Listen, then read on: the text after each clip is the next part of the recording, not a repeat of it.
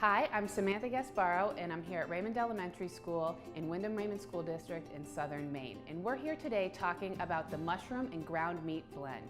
It's a great and versatile way to include a vegetable in your main dish item, as well as decrease sodium and calories in your menu, and increase student acceptability of school meals with larger portion sizes. Now we're going to talk about how to make and improve the taco recipe in your school by blending with mushrooms. You can easily improve the quality of the taco and make it better portion sizes, lower cost, and lower sodium for your students. Right here we have our ground beef crumble, which is thawed from the freezer and it's cooked ground beef. So what you want to do is just break up any clumps in your ground beef crumble. And what we're going to do is add our taco seasoning. You can use a commercial taco seasoning, or to further reduce sodium in your schools, you can make your own seasoning mix. So we're going to add half of the taco seasoning to the crumbles, and you're going to mix it thoroughly. You really want to get that seasoning throughout all the crumbles to increase that flavor so every bite is flavorful and delicious. Now here we have 128 ounces of ground beef crumble. In order for the blend to credit as a 1/4 cup serving of other vegetable in accordance with the USDA meal pattern, what we need to do is add 2 of these, which is 16 cups of individually quick frozen or IQF mushrooms. So what we're going to do is pull this box straight from the freezer. It's simple, easy, and convenient. Open up the box, have your container ready to go, and add your frozen mushrooms directly to the beef crumbles that have been seasoned.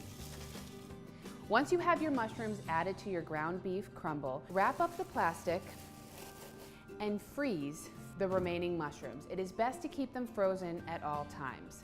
Make sure to label and date the box. Now we're going to mix the mushrooms with the beef crumble.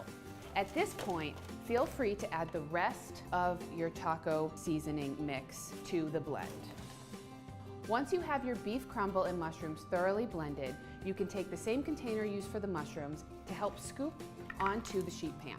So it's important to use a sheet pan in order to increase the surface area. So whether you saute this in a tilt skillet or you cook it in an oven, use the sheet pan in the oven, because that way when the mushrooms are cooking and the liquid starts to accumulate in the sheet pan, the greater surface area will help cook off that liquid. So you want a nice even layer. As you're spreading this blend out on the sheet pan, you will notice that you do see the mushrooms. But in the oven, they caramelize and they roast with the beef to provide a more even texture and color with the beef, which makes it harder to detect and see a difference between the mushroom and the beef in the final product.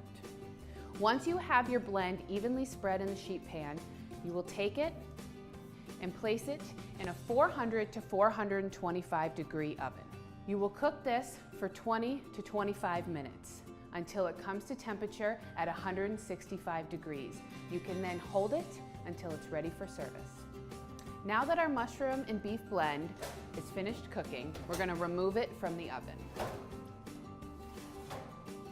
You can see now that we have a nice finished product with an even consistency and color where the mushrooms and the meat have actually blended together for consistency.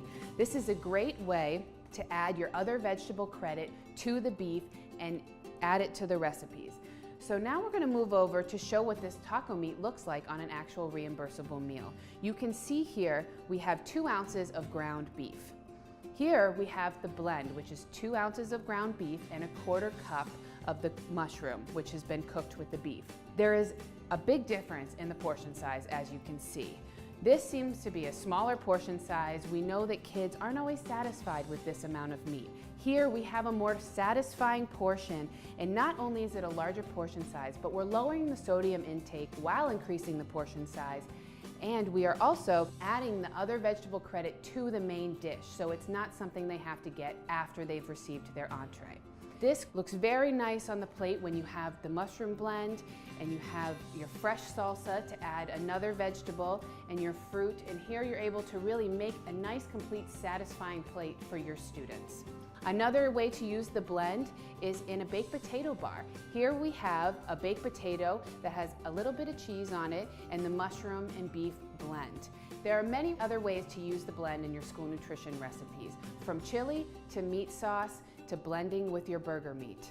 For more recipes specifically designed for school nutrition programs, including the one I've done here, please visit mushroomsandschools.com.